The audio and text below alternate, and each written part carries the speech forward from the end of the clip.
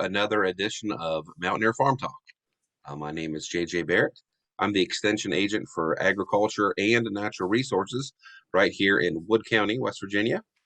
I'm the host for today, and of course, one of my co-hosts is with us, Brandy Brabham over in Roane County. Brandy, how are you today? Doing great, JJ. Loving this warm weather. Yeah, it's been quite a turn of events from last cold. week. Well, last I Friday. talked to someone yesterday. They said it was a rude spring, but we're all good now, right? It definitely jumped right into summer temperatures, that's for sure. But to have the sunshine to get some things done has been helpful if you can just stand the heat. And today for our guest, we have Ben Goff from Mason County. Ben, how are you doing this morning? Oh, just peachy. Any more perfect, couldn't stand it. Good. He's got the perfect picture there in the background. Some trained cattle. They don't move. Cattle they look like they just been turned out on some nice grass. Today we're going to be talking about hay quality, hay production, maybe some weed management. And I know that's right up Ben's alley. Of course, he was a faculty member over at the University of Kentucky, and then came back here to West Virginia. Ben, let's start right in with all this warm weather. And hay season is pretty much here. As far as hay production, where is the sweet spot between hay quality and then, of course, hay tonnage? We know a lot of farmers out there. It's always kind of bragging rights if you can say how many round bales you got off of a 5 or 10 acre field. Depends on the size of the bale, but where is that sweet spot for quality versus tonnage? I think we're right there. So, I think you're right. It's a sweet spot, JJ. It's always a compromise between having good quality hay and a good yield.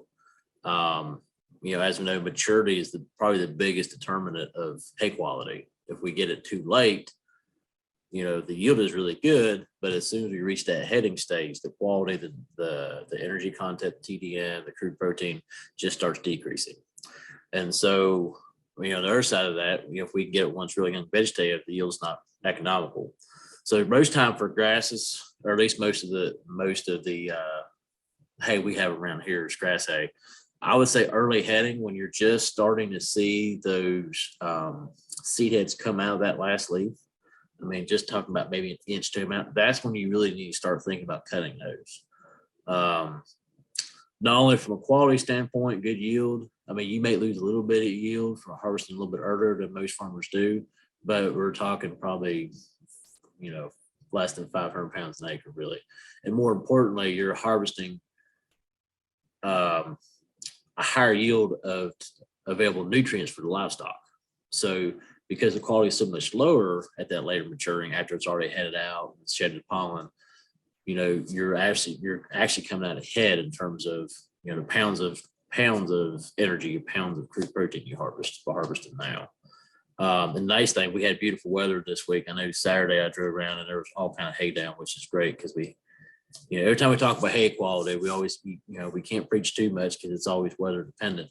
But this Monday election day, Tuesday, everybody had hay down. Good time to have that up. And the nice thing about having it so early is you get plenty of good time, good weather to have your regrowth. So for your second cutting, I know a lot of farmers wait. So, well, it was too rainy. We waited. I'm just going to wait till we get that second growth up in it. But actually you're harvesting, you're losing yield in that second, maybe third crop by waiting that long. Yeah. Ben, we'll talk about something that maybe we should talk more about, and that's a little bit of maintenance on our machines and cutting height. Tell us about how high at what height we should cut that hay, and then how the sharpness of either our old, I know there's still a few people out there that have an old hay bind, still got the little cutting knives on it, or your disc mowers, about keeping those sharp. In terms of cutting height, I think it's very similar to what we recommend for pastures. I mean, you can go a little bit lower. I would still like to see them probably about that 2.5, 3 inches. I'll tell a story. I know, I want to say probably 10, 15 years ago, there was this epidemic of, probably maybe 20 years ago, of persistence of these new orchard grass varieties. Could not figure, they just didn't last. They had a big symposium on it and everything, bringing the disease guys, fertility guys, agronomists.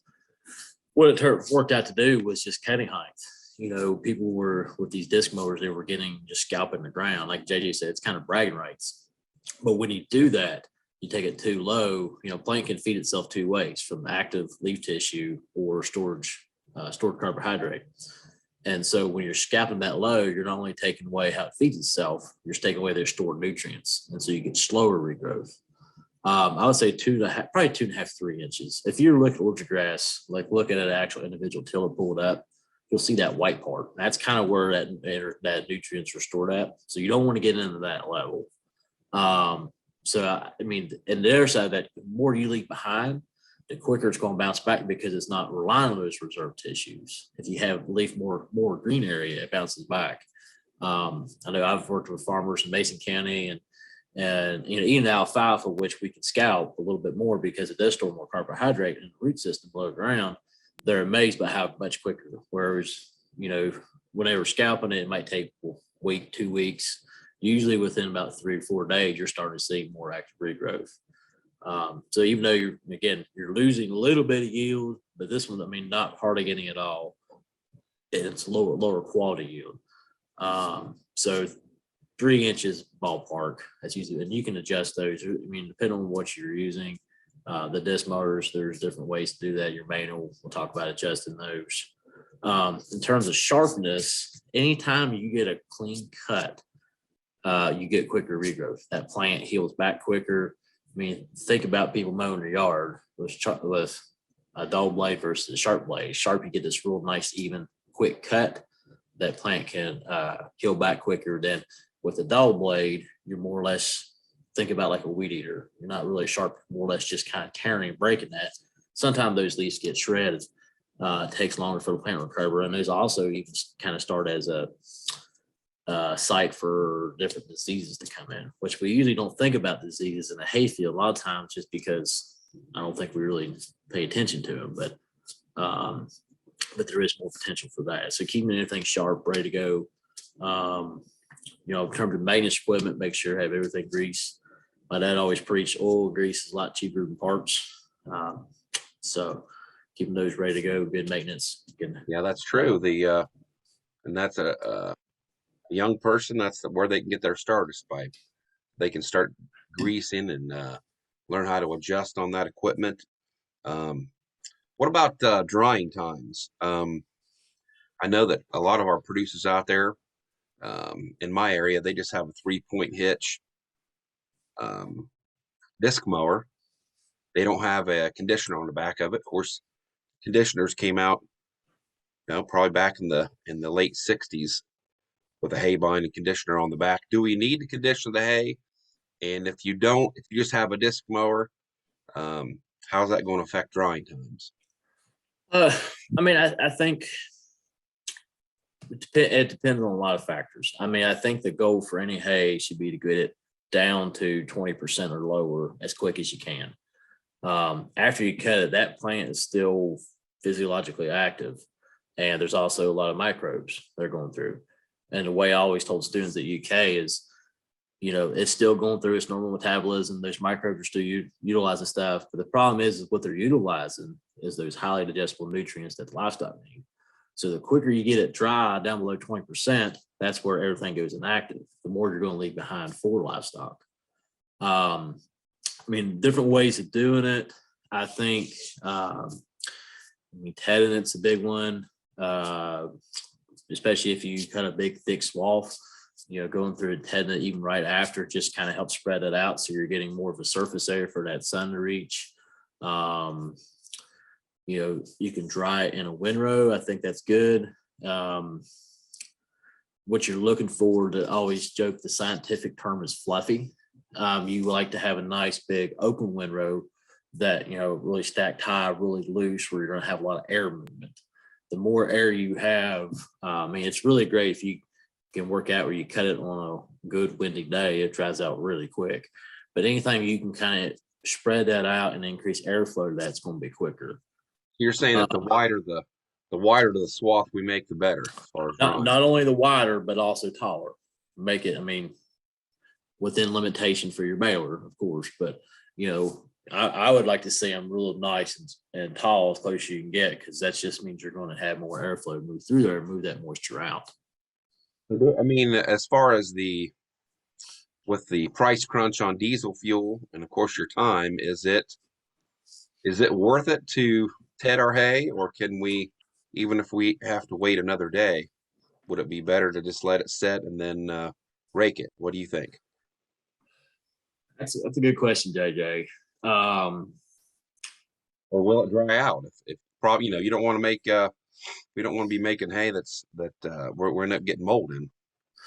Yeah, I mean, it's everybody wants to save money as much as you can within reason, but there may be incidents where you have to go out there and do it, or you're going to end up with a low quality or useless product. It really depends on how thick the hay is. Now, if you cut it, it's a real thick swath, and that bottom you may go through and ted right after. Or same time, if you go out there and look and it's still wet on the bottom and it's not getting dry, I don't, if it's probably not going to dry. It depends how heavy and how thick that is. I think the main thing is be observant. Go out through and use your best judgment. And if you do ted, I should add, most time we like to think about 40% moisture, which is kind of when those stems are just starting to almost be brittle, not really breaking. We don't want to handle too much after that, especially if we have a lot of clover or alfalfa in that, because you're going to lose leaf. But try to use your best judgment as best as you can. I've seen hay fields where, I wouldn't even bother. It was so thin that you cut it, it's going to dry just fine. But other time when it's so thick, we have to really think about spreading that out to make sure we do get a good drying time. I think it was. Speaking of drying time, and I'll ask you about alfalfa later, but I know a lot of areas in West Virginia, anyways, even in southeastern Ohio, with a lot of clay soils, poor drainage. Clover would work a lot better than alfalfa in a lot of our hay fields. How do we attack or plan if we have a thick clover seeding that we're wanting to cut, as far as trying to save as much of the leaf content as we can on that hay? I think the main thing is not getting it too dry, especially when we ted it, because like I said, the more leaf content, that's where that protein energy is really concentrated at. So if you're going to ted it early. If it got a little bit dry, we'll do it early in the morning when we have those heavy dews, helps hold those on. But bottom line is the less you handle it, the better off you're going to be. Just because the more you handle, the more brittle, we have more mechanical loss. And you're going to lose some. That's just the way hay works. On the low end, you're probably looking at losing maybe 2, 3, 4% total dry matter from just leaf breakage. On the high end, it could be easily in the 20s or above. Then alfalfa, if anybody's put up alfalfa hay, alfalfa and clover are usually the worst of it, because most time they have really, you think about the size of those leaflets compared to a grass leaf. They're they're so brittle. Even rain, we didn't, I don't know if we'll talk about rain or not, but a lot of times if it's dry toward the end, just the impact of that raindrop is enough to break off those leaflets in alfalfa and clover. So trying to get it dry quick and trying to get it up with less. So the more you rake it, the more you till it, the more it's going to break off. So trying to be conservative, but trying to go through and good drying times. I know with alfalfa, a crimper works really good. A mower conditioner, we're going through and breaking those stems. All that does is just give access points for that moisture to go out. If you got, especially the roller where you're actually crimping those at regular intervals, works really good. The old flail conditioners, they break them. They can be a little bit aggressive at times, but the more, again, going back to good management and drying, trying to get that, if you're going to rake it, trying to rake it early, try to get it that nice fluffy wind rotor and get a lot of air movement. Speaking of alfalfa, does alfalfa have a place in certain areas in West Virginia? I know there's a lot of river bottoms there in Mason County that they could. What where do you think alfalfa has a place? Of course, it's always called the queen of forages in West Virginia. And what about, or how much grass do you recommend mixing with alfalfa instead of maybe um, a field that's mostly try to get a pure stand of alfalfa, or is that possible? Um, alfalfa, everybody says it's the queen of the forage. My argument is, like any good queen, it's a real diva. There you go. It's a very good, high yielding, high quality crop, but it also is very high maintenance. And I think there are certain areas we need deep soils. They always say alfalfa doesn't like wet feet. I mean, it has very deep taproot, doesn't tolerate poor conditions or somewhat poorly drained. It's also very high fertility requirement, especially pH. Once you get past that 6.5, the yield just kind of bottoms out. High phosphorus, potash. We're starting to see sulfur deficiencies in other states. That's becoming a big issue. Boron. So soil testing goes along with that. And I think, it has potential. I know several producers in Mason County that produce it.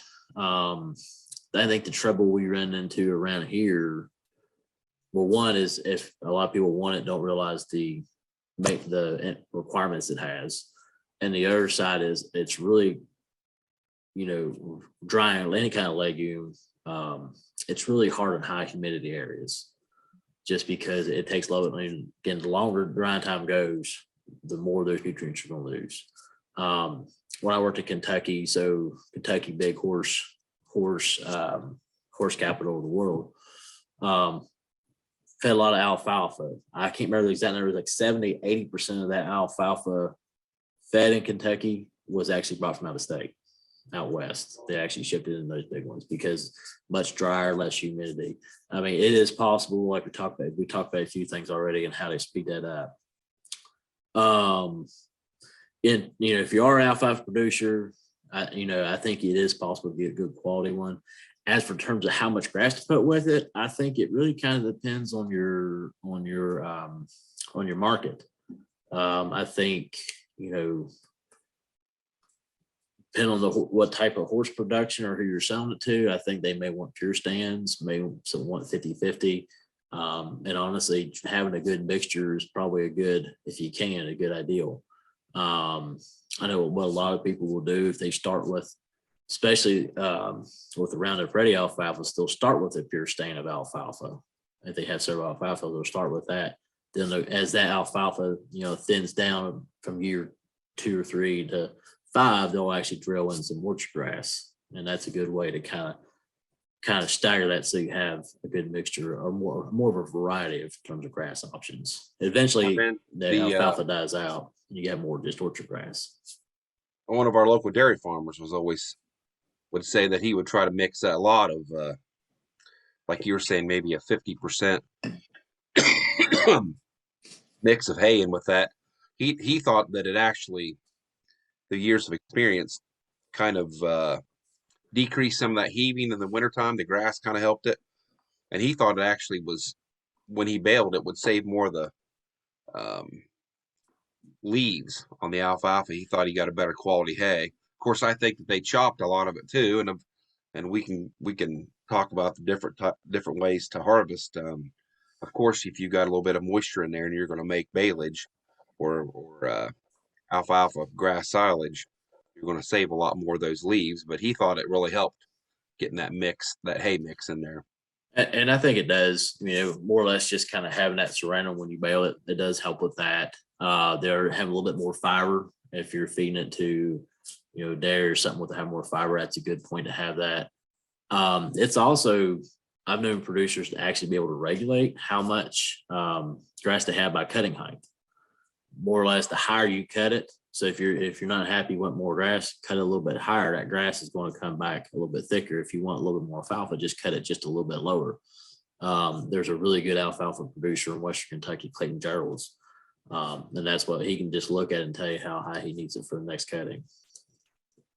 And of course, you were talking about if always get a lot of questions if we have hay that gets rained on, and of course, you'll say, well, how much rain? Did it get sprinkled on, or did you get a Mississippi cloudburst and got 2 inches of rain on it? How does moisture getting rained on affect the hay, and at what point should we say, hey, this is not worth baling, and go ahead and try to brush hog or spread that back out and then wait for the next cutting? And of course, it depends on the intensity of rain and how much you get, but also kind of falls along when does it come in that drying process.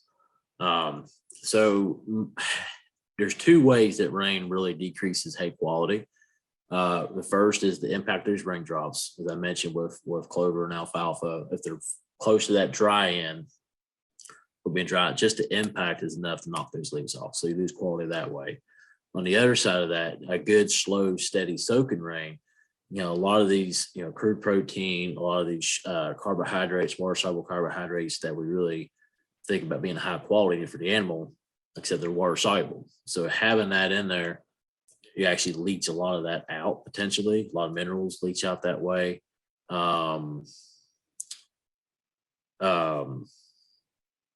And also, it's more of an issue when you get closer to that drying process, or the closer it is to being dry when that rain hits, the more damage it's going to do. Well, you're ready to bale, right? Yeah, I mean, if you had a slow, steady rain and it's going to be dry for 3 or 4 days, I would hop out there and mow in the rain if you need to. I mean, at that point, that rain is going to be minimal. And actually, if you delay it another week or so, it's probably more detrimental for quality by delaying it than a light rain early right after cutting. And also restarts that whole drying process again. So, 20% is kind of where that plant's physiology and the microbes go dormant. There's not enough moisture there for them to go through their normal metabolic processes. So you get more rain too, it's basically going to have to go through, it's going to decrease it more. As for when rain is too much, that's a really hard question to answer. I don't know of any numbers. I mean, I think if it looks like straw, I mean, they think there's always, rather than leaving it out there, if you do decide to leave it out there, really make sure you spread it out if you can. And a lot of times, even if it's really low quality, you're better off, unless you got new growth coming up through it, to go ahead and get it off. There's always something, bedding, use it for potentially maintenance requirement on some dry animals. And I think if you do that, it's good tool to get it tested, to know exactly what you're handling with. I mean, we know by looking at if it's going to be a good hay or bad hay, but how bad is it? And until you test it, we will have a better idea of what's it suitable for. Is it suitable for the compost pile, or you can still be able to feed some older, hobby horses with it or something like that? Yeah, speaking of that, what about hay preservative? I actually was talking to someone a couple weeks ago that they have an applicator on their square baler. Does that have a place depending on what your market or what you're making your hay for? How much of an advantage does that give you if the hay is a little bit wet? We can still bale, and I mean, would it be worth it to use that in round bales compared to squares, I guess? I mean, I think so. A lot of it, I believe, is a type of acid. I think propionic acid. I think maybe some formic acid. And yeah, I think most of them are propionic acid. I think. Yeah, and it's so overspraying with acid. Well, that's basically silage. I mean, that's one of the volatile acids that we need for silage production. And then animals can metabolize it, so it's just fine. But it is corrosive to your equipment. So I mean, there's some downsides to it. I mean, research has shown, yeah, it does help out. You know, basically it helps control some of the molds and stuff you would see in a higher moisture hay. I don't know a whole lot of people who do it. I think it's a little bit tricky. I mean, it's great if you get people doing it, JJ. I don't, it has potential, but I think it's a tricky tool to learn how to do. I mean, I think in the 80s, there was a bunch of research done on hay, and hardly anybody really uses it now. I think maybe the main advantage is the maybe decrease you can bale a little bit wetter. It's going to save more of your leaves. Maybe you might get a little higher quality. You could bale it just a little bit wetter. But you know, Yeah. for would we need that if we're doing round bales? Well, and thanks for reminding me. That's where I was going to go. I forgot what I was heading with this. I mean, I think if it's the issue, then I would look at producing baleage. I think it's probably less tricky to make a good baleage if if it's a little bit wetter. You could even do it sooner.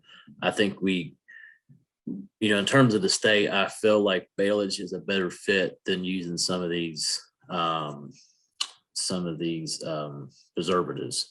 I mean, not that they're bad, but I think a little bit easier to use. I mean, a little bit more investment to do baleage, but I think it will easily pay for itself in terms of having a higher quality product.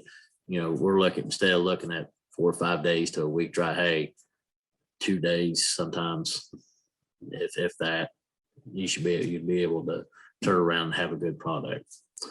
Now that's probably a little bit easier if you're producing for yourself, where you can inline wrap. A little bit harder to sell off farm. Right. I think that's a big issue that we maybe should talk about. Where's your end product going? Yeah, if I'm selling square bales and I have a lot of horse barns are my customer, I probably don't do a lot of round bales. I probably do 90% square bales. But for myself, or if I got even dairy or beef cattle, I would definitely do round bales, or even go with the inline wrapper, I guess. Yeah, and if you're producing square bales specifically for horse producers, horse production, I think some of these preservatives could be useful. But if this is something that you're doing just for your own, I don't know how good they would be. I think baleage might be a better way to do it. And Ben, maybe talk a little bit about the economics of when you're comparing dry hay versus wrapped hay. I know that there's some more investment there, but would that investment be worth it for so a lot of our producers out there, especially if we cooperated with some other farmers? I know that you said one of the main advantages, you can turn a 4 or 5 day program into cut one day and bale the next. So that there would be some advantage there, right? Yeah. And I apologize, I don't have any good specific dollar values off the top of my head. But I mean, like I said, there's gonna be less time on equipment, less raking, or less tedding. So you're gonna lose some on that, but you're also going to use some for hauling that over to the wrapping. But your quality is going to usually improve. I mean, you have less number of days. Going to have less mechanical losses because you're not going, especially if you're doing like a high clover product, those leaves most time you're only going to about 40% moisture, which is kind of that critical period for that. What past that, you don't want to TED because you do have mechanical losses. So you're going to have a higher quality product. But the downside is, yeah, some of those wrappers can be costly. And I think some people actually do custom wrap for people. In terms of dollar cents, I think what a good inline wrapper, I don't know. I'm scared to even give prices on what anything costs anymore, but they used to be about $20,000 to $30,000. Now, I mean, this wouldn't be something that's still about right. This wouldn't be something for, if I put up 100 bales a year for my, 10 to 15 cows. Now, if you're putting a lot of hay, I think the law of economic or the size of the operation comes into that. You can absorb that loss a little bit. And especially if you can work it out, we can go in with somebody to help offset some of those costs. I think it usually ends up being a better term long run. Yeah, definitely. I know that you also get into, you've got to have a baler that will handle those silage bales. Of course, they're going to weigh a lot more, Yeah, and of you course, that's going to be more expensive as well. but yeah, you may need to purchase a new baler or go through remodify to make sure it's capable of doing that. It's going to be a higher, it's going to weigh about twice as much, and so we need to make sure that all the gears and everything, the bearings can handle that. So most balers come out with silage options. So And Ben, what moisture compared to dry hay, or what moisture is our target for making wet bales or baleage, and can we make it too wet? yeah, I would say most time it's right around about that 40%.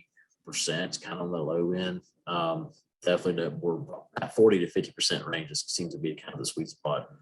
Too dry, what you got is, you have a lot more mold issues. It's really not any different than wrapping a wet hay. You're sticking it up with mold. Too wet, you have seepage, just like in a silo. Some of those clostridiums can cause botulism, can lead to some issues with that. I think the other thing a lot of times people go into is the number of wraps. We want, especially people starting out, when they think about wrapped hay, baleage, they think it more as a way just to keep moisture out when you're really trying to keep moisture in. So you want to keep it anaerobic. You want to cut the oxygen out. So instead of just put 1 or 2 layers like you would if you're trying to wrap to keep the rain off, you need probably 6 to 8 layers to be able to keep that thing anaerobic where it's going to preserve. Yeah, and I guess what would be some caution to producers that you were talking about, the botulism. I guess one of the downsides of wrapping is that we can get some holes in there, birds or other animals, raccoons, anything that if it breaks that seal, what kind of problems can we run into for silage hay? Basically, what's familiar with solids, aerobic deterioration. So that how that works is you're cutting off oxygen. Those microbes are going through and producing lactic acid and some others to get that pH low enough. If you open that back up, it basically just restarts the metabolism. It can mold. And depending on how far back that oxygen, how size the hole is, how far the oxygen gets back. If it's inline wrap, you may just lose 1, you may lose 5 to 10, depending how far it seeps back. Keeping those sealed. If you have more layers on there, that helps with that. Coons can be bad. If you do have to patch it, try to catch it soon. You want a vinyl tape, not just duct tape. Duct tape is fairly permeable to oxygen. You want to get a good vinyl tape, get a good seal on there, multiple layers on that. Keep them out of the weeds. A lot of times, if you put them just where you would your hay bales, some of those real more tall stemmier weeds, pigweed, ironweed, water hemp, go through, they can actually go up there and puncture that. On the other side of that, I've seen a lot of damage just by weed eaters, having a young kid and a weed eater going through and getting too close to those bales and just cutting that plastic.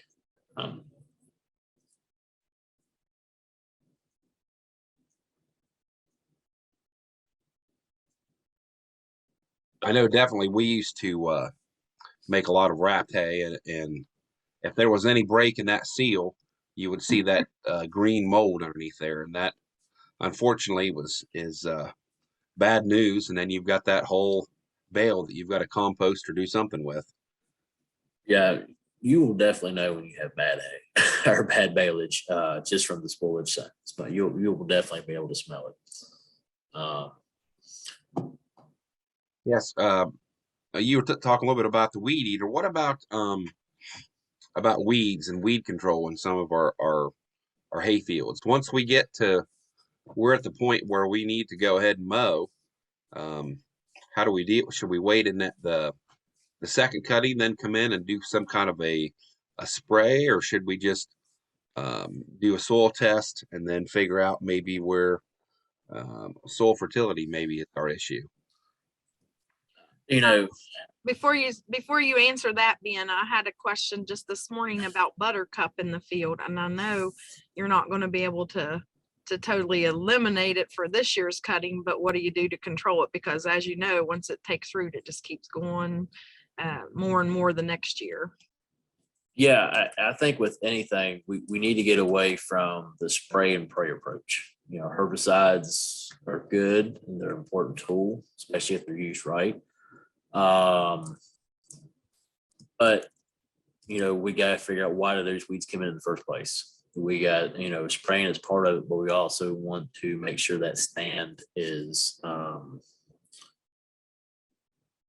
resistant enough that it's going, you know, a good, in terms of pasture or hay fields, a good offense is the best defense. If you get that grass, that stand thick, growing like it should, it's going to outcompete most weeds. Now, there'll be some that always come in, Johnson grass, autumn olive, ironweed probably, but just good management, you know, with that herbicide, we need to think about that. And that goes for fertility, cutting management, reseeding if you have some bad areas.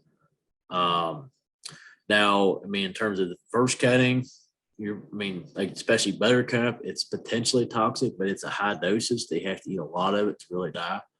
And I'm getting a lot. I actually just got a call this morning too about buttercup too, Brandy. It's the weed everybody's starting to notice. Depending on the weed species, you know, it's good to know a little bit about them. Contact your local agent, kind of know the growth cycle. You know, if it's an annual species, sticking that stain up probably will choke most of it out. Unless like yellow foxtail is a big issue we always have with, especially with a lot of our producers that sell for hay, horse hay. You may want to follow up with Prowl H2O. It's a pre-emergent, usually does really good with those. And a lot of that goes back to, I don't have this picture ready, I'll show you, but one of our big hay producers called me for yellow foxtail. And in this field, it was just a clear divide between yellow foxtail and not. I said, well, what's going on here? Well, what it was that he had grazed one side in the spring, and just the other side he didn't have them graze, he just cut it for hay. And when it come down to, they were grazing it too low, they were grazing it a little bit too low, and then turn around, cut it for hay. So there wasn't a whole lot of competition. So foxtail, I think a lot of it comes down to having a thick stand. Now, like some of your aggressive perennials, hemp dogbane, we still have a lot of issues with, at least in my area. A lot of times fall is truthfully the best time to control those. I think if it's hay's ready to be cut, that's your priority. Get the hay cut, and a lot of times just cutting that and following up with a herbicide, right, is a good way to weaken that plant, force it to regrow. Use up some of those reserve tissues that it can build up, and then spray it. And you may even, depending on the weed, you might have to wait till fall. If you have a second, depending on when that second cutting is, if you have third cutting, I would say probably about September, October to me is usually the best time to spray like an ironweed or hemp dogbane or milkweed, because what it does is that plant is getting ready for wintertime. So it's taking that herbicide with it down to its storage structures, and it's going to kill those roots and new buds right then and there. Now, depending on the weed species, a weed wiper may be good in the summertime. How a weed wiper works, or a sprayer. Sprayer's fine. With a sprayer, it's going to spray everything. So if you have a lot of clover, broadleaf weed, it's going to kill those. Like Johnson grass, it grows so much taller in summertime than a lot of the orchard grass and fescue. A weed wiper is a really good option. And how that works, instead of spraying, it sprays onto a roller, and that roller just brushes it on at a certain height. So if it's so much taller, you can go through the weed wiper and usually get a pretty effective control on those. Yeah, then I guess going back to what you're talking about with the spray and pray approach. A lot of times some of the weed issues we have in our hayfield are just more connected to fertility issues, maybe our pH, where we don't have enough phosphorus or potash, or just that stand isn't thick and healthy enough to discourage weed development, weed growth. I think it's both. I mean, a lot of times I think it comes down to competition, not having a thick stand, but that's usually a product of low fertility or not a lot of lime put on there. Like some species, broom sedge is a good indicator, usually, not always, of low fertility. Lime or phosphorus, not always. So I think they're interconnected. I think a lot of times, if we have a real weed one, it usually hasn't had for a lot of fertility onto it, and that's led to it thinning out. And I mean, I think even if you're going to fertilize, obviously, PEK, lime is a good place to start, but even just a low rate of nitrogen in fall, 50 pounds or less, late fall usually helps thicken that up, helps thicken some of those grass tillers, can be a good way to help through those. But a lot of times too, just overcutting, cutting too low, cutting too frequently, sometimes not cutting enough, cutting early enough, coming to some issues. Yeah, Ben, speaking of weeds, I think that you talked a little bit about Johnson grass. What is you can really tell all these fields when the second cut comes up with the Johnson grass issues. What is your, and I think that isn't there a product that's coming on the market for Johnson grass? I mean, what would be a good strategy for some of our producers to get Uh, not eliminate Johnson grass, but control it? I honestly, if you're going to have Johnson grass and have that weed, try to get a whole field of it, because then you can just cut it free. Johnson grass makes really good hay. The problem is that we usually get it on one section of the field or one strip, and we can't cut it. We're going to overcut the other stuff. There is one JJ herbicide coming out. I don't know the name of it off the top of my head. I don't know if it's out. If someone's watching, Dave or Tom, Randy, let me know. But I believe it was only labeled for tall fescue fields. It was a selective control Johnson grass, but I think it was only going to be labeled for tall fescue, which will probably be 95% of our needs in the state. But a good one, otherwise, if you do have to control it, because it can get aggressive, I think a weed wiper with a little bit of Roundup in it. And usually you have to go with a higher rate, just because it's if we move through that plant, get those growing points. Johnson grass, you're never going to beat out by cutting it. It adapts to it. It has those thick rhizomes that spread. So, I mean, a weed wiper is just ideally made for that, because in July, that Johnson grass is 3-4 foot tall, whereas that regrowth from your orchard grass and fescue is only about a foot tall. You can just drive over, hit it with that Roundup, and it's going to take multiple applications. I mean, it's going to take a couple of years to get it thoroughly under control. But if it's a solid field of it, cut it for hay. The only thing, a lot of people, it makes really good hay, but a lot of people get it headed out, 4 to 6 foot tall when they cut it. I would cut it every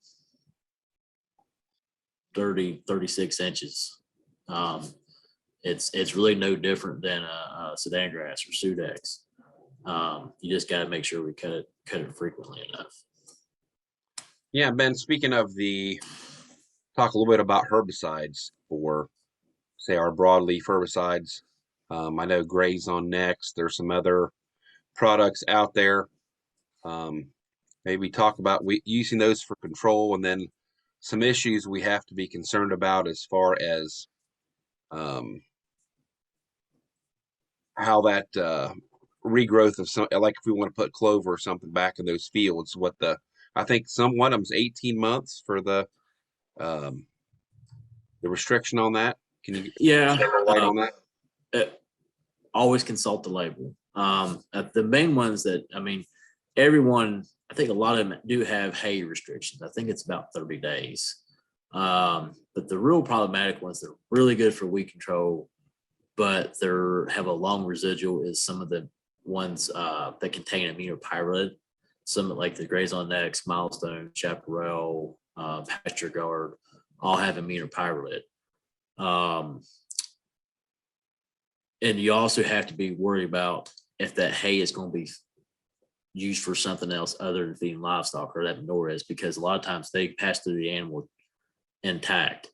When it first came out, there were so many tomato and tobacco plants killed in Kentucky because they would sell the hay and they would use it for mulch or in the field, and it's really good for weed control, but you have to worry about potentially grasses. I mean, it depends on rainfall, depends on texture, pH, how long they hang around. If you look at the labels, there's really no. Sometimes it's they get in the legal kind of mumbo jumbo when they usually recommend a bioassay, which is just simply starting the seed and see if it comes up. You could potentially go through and dig soil out and put them in, see if it comes up like a little flower pot. You can do a test strip around the field. The grasses, I'm thinking that yes, most times it's if you spray it in the spring, you're definitely okay by fall for most part on grasses. But the clovers come back into it. You may want to think about the spring. Some of them could be 18 months. Again, it depends a lot on how much rainfall we have, pH, texture of that soil. And so usually before you do the whole field, find some way just to do a test, a check on it, see if it's going to do, take a Yeah, little I'll bit have of soil. to check those labels on those, Ben. Can you legally sell that hay if you've sprayed something with aminopyrrolate on it? I Or don't just know. I don't think there's any issue with selling the hay, but you may want to make sure that it has been known, especially if you don't know the person. Now, if they're going to feed it back on their field, that's fine. But I think you want to be a good steward, have good business relations, and say, hey, this was sprayed with immunopyrrolate. I don't know if there's for sure. Do you know, JJ, if there's any restrictions on selling it? Randy said there isn't. So I didn't think there was, but I think it's just, good business sense to make sure that if this is going to someone who, has a high tone, it's like, hey, if you're going to get this manure, be sure that it may cause issues. So, yeah, definitely we all we love having those clovers in there to make some of that nitrogen with these fertilizer costs, definitely. Yeah, and as far as we did talk a lot about storage, but we had a couple gentlemen from Tennessee Extension on last year that we talked about, especially for round bale storage. If we can't store in the barn, Ben, probably what are some recommendations for round bale storage? I think, obviously, if you can tarp it, keep it covered, that's always a good strategy. Even outside, that may not be possible. The biggest thing, if you can't do that, get it off the ground somehow. Either have a gravel pad, tires, because that rain coming down through it is one thing, but a lot of times if it's going to be a wet area, especially having that on just the ground, bare ground, wicks its way up through. I think it was Mississippi did a study. I can't remember how long it was, but basically they went through these different ways to store it, and that was one of the big ways, get it off the ground somehow. And not only that, they estimated waste based on what we would assume visually, and also animal refusal, and that stuff the animals wouldn't eat was always 20% higher.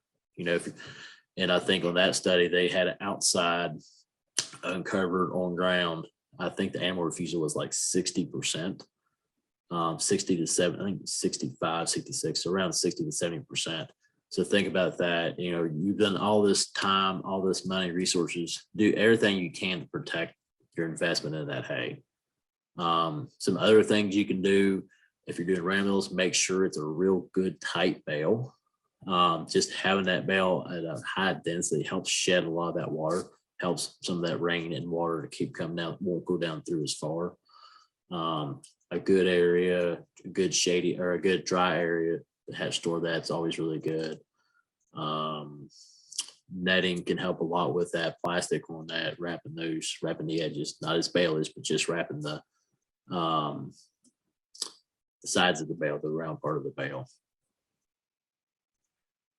Yeah, definitely. I think that all the money that we have wrapped up into making hay and to get it cut and baled, and then storage can be an issue if it's outside. Of course, these round bales, a lot of the hay's in the outer circumference of the bale, so definitely that's something to And consider. And 'cause I guess we get into the habit of setting those bales right at whatever field, just right off the edge of that field, and it may be right along the fence line where a bunch of trees are. That's not always good, has it been? no, I mean, anything you can do to keep it dry and warm, so a lot of sunlight hitting it. If you're stacking them, don't, stack them where there's the worst, if it's on a slope where it's going to move down. Make an alley, don't build them across the contour. I've seen people do that and it just builds up water. But no, I mean, I think there's that feeding that. Make sure you use good management on feeding to minimize waste. Testing, I think, is really important. Especially if you have bales that are probably stored in an area that are more susceptible, try to utilize those first before you waste some other ones. If you got a low or a real lower quality hay, bad stores, try to utilize those. Bottom line is trying to match your hay to the animal's nutrient requirements too. Try to feed the lower quality during their period where they're dry or early pregnancy where they don't need as high requirement. Yeah, we didn't get too much into hay testing, but definitely an advantage to doing that. And Ben, how soon can we test hay after we bale? I know a lot of people do round bales. How long should we wait, or do we have to? And then how much percentage of the bales do we need to test to get a good representative sample? Some people will do it right away. I always like to say you give it about a month. You think about in terms of heating and fires, usually you're going to know within that first month. Kind of let everything stabilize, and that's probably more, especially if it's inside, to get a good accurate representation of what's going to be on there. If we're doing round bales, I think 10, 15 per lot. A lot of per cutting, per field, just like a soil test, break those out. The thing I think a lot of people overlook, I would always recommend using a NFTA, National Forage Testing Association certified lab. There's a lot of labs available, but those ones, that organization is kind of like a secret shopper, so to speak. They'll mail out blind samples, and basically that lab has to be within a certain percentage of that sample that they know what it is. So I always recommend those. Dairy One is one of those. Cumberland Valley, I think Waypoint is, and a lot of times you can get your local conservation district will help pay for the cost of the sample. They're not bad, usually about $20, $20 to $25. Which is a little bit of a shock sometimes, but when you break it down to how much feeding, how much hay there, the potential of it, it's usually cents on the dollar. Yeah, definitely say, Ben, say I had 40 bales from a field, 4x5s. How many of those do I need to get a sample from to get a really good, or I guess what's the least number of bales I need to test to get a good random sample? To me, it always seems a good compromise of 10 to 15 bales. The more you sample, the better. But usually, you don't want to pick two. I would say usually minimum probably 10, just to get a good idea. And that kind of goes throughout size. I mean, if it's a bigger field, you need to have more. But I say usually shoot from 10 to 15. What about square bales? Square bales, I would say probably the same, maybe 20 up to 25, 30, depending on how easy they're to get to. A lot of times they're already stored in, so you're kind of looking at one face of the barn at one time, as long as somebody you can access. But if you can, definitely break between first cutting, second cutting.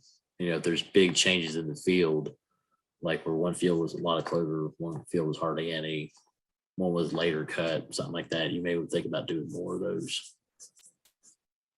Yeah, kind of running out of time here, Ben, but we really enjoyed having you coming on. A lot of good information as we head right into hay season. What I guess do you think that people will really be surprised? It seems like that we have issues talking producers into testing their hay. but do you think that people are really surprised when they look at those results? I have.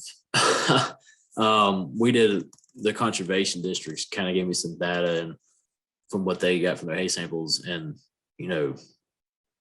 yeah, I mean, I was really shocked of what the range of it, and actually most of it was kind of fit into a good beef system. I mean, stuff we thought was okay, this isn't really bad hay, or this is bad hay.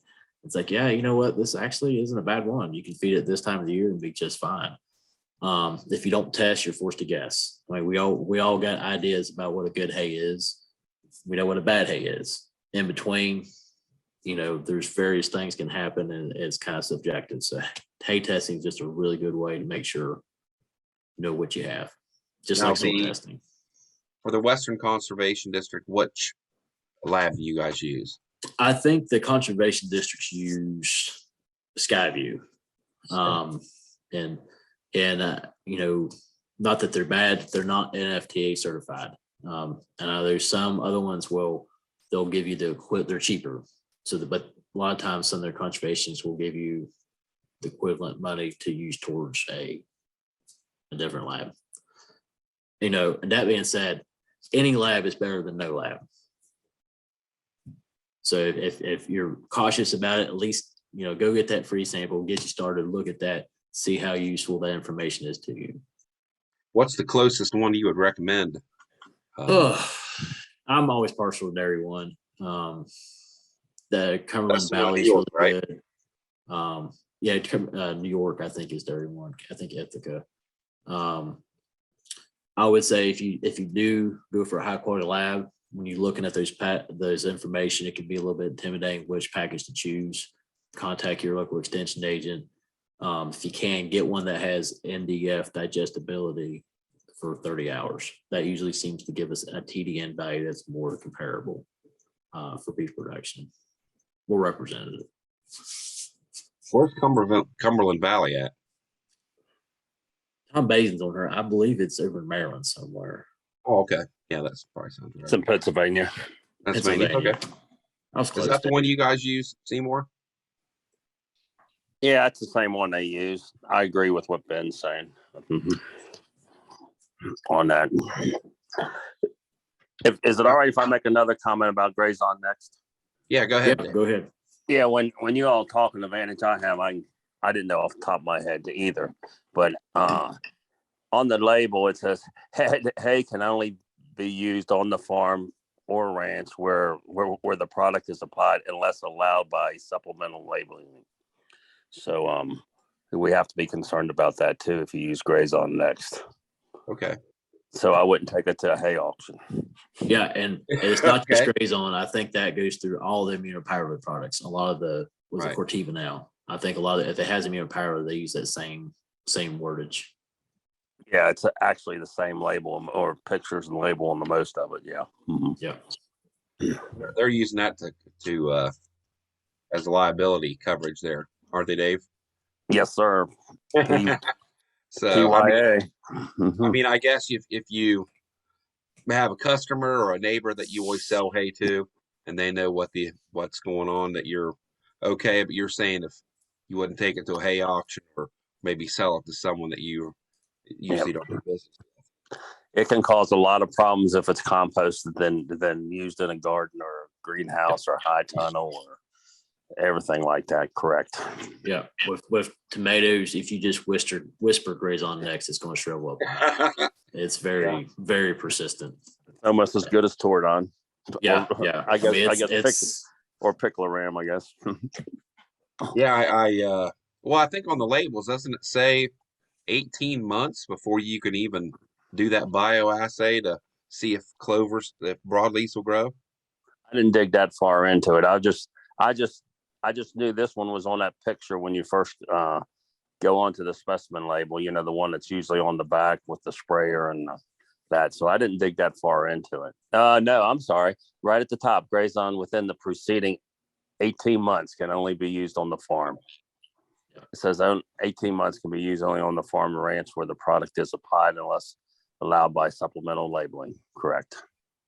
That doesn't answer your question, JJ, but that gives them that leeway that you're talking about. Yeah, you definitely for those products need to have some caution. Read the label And before think of the using. trade-off. I mean, if there's another option for weed control, use that if your main business is selling hay. But I mean, the good thing about those is that they are very effective. So there's a trade-off between being effective and being able to sell that product. Before we go, Ben, what I guess if we're going to use one of those herbicides, how bad does the problem need to be? I mean, we're talking once we get up to 40 to 50% of the population is weeds. We need to hit it with one of those, or what would you recommend? Hayfield. It's a little bit subjective. I mean, I would think if I'm about that 30%, the way I tell people is that it takes the same mechanics, same nuts and bolts to produce 1 pound of weeds as it does 1 pound of forage. So if you're looking at that and you're losing 20% of your hay, that may be something to think about. 20, but I would say definitely by that 40%, you need to be thinking about weed control. Now, if it's 5%, then it's probably not economical, but somewhere within that spectrum is kind of for everybody else to decide, but you need to be thinking about it. Okay. And it's the forage value of that weed too. Right. Do we have any other questions, Randy, from the audience before we go? Hey, JJ, I got another comment. Okay. I think you asked a question about propionic acid. Okay. We use quite a bit here because of the I guess we're deprived of sunshine, and the new propionic acid is buffered, so it's not. Well, at least we have not experienced any problems, especially rusting on machinery, and that's the last 4 years. And where we find it, basically, if you're a part-time farmer, you get home, you want to bale hay, and a lot of times it's at 25% moisture, so forth. That's the time that we see it, or it's cloudy and we haven't done it. So we see it usually under 25% moisture, and a lot of guys run it straight through all the time. It prevents that mold. It does work better on square balers than it does round balers because you get a better application of it. And it's costing about $1 a pound, so you're using 4 to 8 pounds per ton of hay. So you're adding that additional cost. About $2 a bale then or so. Yeah. Mm-hmm. Or yeah. So I mean, it helps you out in those situations where in the evening it's just getting tough, or the hay's not ready, and just tough. Instead of baling it and get the mold, it eliminates a lot of that. You still get a little heating though, but we have 6 or 8 producers using it, and it's working for them. Well, I think maybe you could consider it an insurance policy, right, Dave? Yeah, it's just a tool, another management in the toolbox. You have to get it calibrated. You're probably going to use 20% more than that application because you're using a toggle switch on most of them to turn it on and off, and you forget in the corners and so forth. So, right. At least that's our experience. Okay, well, thanks. Appreciate that. Again, want to thank Ben Goff from Mason County for our special guest today. We're talking about gearing up for hay season and hay production. Just wanted to remind everyone that programs and activities offered by West Virginia University Extension are available to all persons without regard to race, color, sex, disability, religion, age, veteran status, political beliefs, sexual orientation, national origin, and marital or family status. We are Mountaineer Farm Talk, bringing research-based information to all citizens across West Virginia. Thank everyone again for tuning in, and have a good weekend. We'll see you next week. Thanks, Ben. Yep. Thanks, JJ. Thanks for having me.